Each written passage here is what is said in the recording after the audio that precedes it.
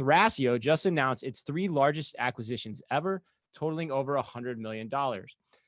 The acquisitions included companies like Safe Rest in the mattress protector space, one of my favorite things to procure. Favorite mattress protector. Yeah, right. I couldn't name a mattress protector brand if you put a gun to my head. Wise Owl Outfitters, I like the alliteration there, as we always do on Omni Talk, which specializes in camping equipment, and Danjur Linens, who specialize in home bedding. Woo! All right, we're going out on a limb there, and they paid $100 million for those 3 brands. And quote, according to their co-founder and CEO, we're building a consumer goods company that is rooted in customer feedback and established quality. We take beloved products, invest the resources to solidify their category leadership on Amazon, and then we increase their sales footprint through international expansion and other channels. When a brand comes into our portfolio, it gains immediate value from our proven flywheel to grow stronger and reach even more happy customers. End quote. All right, David. There's a lot of heat in this space right now. The Amazon roll-ups, it's nuts. Like we're having people come to us. We met another company in this space. We're trying to piece it all together and make sense of it. What do you make of the Amazon roll-up companies, and how would you advise your CPG clients specifically? Because it seems like many of these are coming for their lunch. So yeah, I think this story is big news. First, I think we're advising all CPGs and retailers that you've got to be where the customer wants to be. And that means that the marketplaces are going to be more and more important going forward. Specifically, Amazon, obviously in the US is kind of the king. And these companies do have a skill, right? Selling on Amazon and other marketplaces takes a precise skill set and is learned. So the notion that you're going to compete against these firms that have deep expertise is tough. So I think CPG companies are going to have to really start ramping up their teams and hiring expertise in terms of how to get their products properly, placed, distributed, et cetera, on these marketplaces, because it's going to be a meaningful channel going forward. In some ways, maybe the most important channel going forward, just given that that's where the customer wants to shop. So David, let me ask you a follow-up question to that. So do you think one of these companies will ultimately become like the next Clorox or P&G, 5-10 years down the road, that after they've rolled up these companies, acquired these brands, that they'll be positioning themselves in that manner at that same level of stature, so to speak? So I actually think of them more as a private equity shop, that can leverage skills across the back. So I actually think they'll be more like a house of brands that then sells off or IPOs the brands individually once they get them up to scale. I think that's a more likely course of action than more of a traditional CPG format, if you will. Got it. That's great perspective. Ann, what do you think?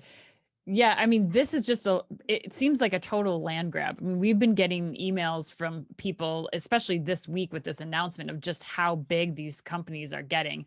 And, it seems like from what we're hearing that it does just take one of these brands. Like they're buying up 10, how many 2 to 3 brands a week, some of them, right. and closing these deals. And it's like, it seems like a typical VC play where it's like, you just need one of the companies in your portfolio to hit a certain number. And with all of the resources that you're amassing by bringing in all these companies under your umbrella, you would think that should be possible. There's definitely some money to be made here. Yeah. I mean, I can see the idea somewhat. I think what both you guys are hitting on, especially Dave on the private equity side, I mean, I think it makes sense. Like from what we're hearing, you're buying these companies at 3 to 4 times EBITDA, you're rolling them up, and suddenly the valuation of the roll up goes to like 20 times, which just, inherently makes a lot of sense. The question I have though is, and it seems like they're preying on people that are entrepreneurs who have had success and they just want out of the business, right? They want that quick exit. They're tired of working the business.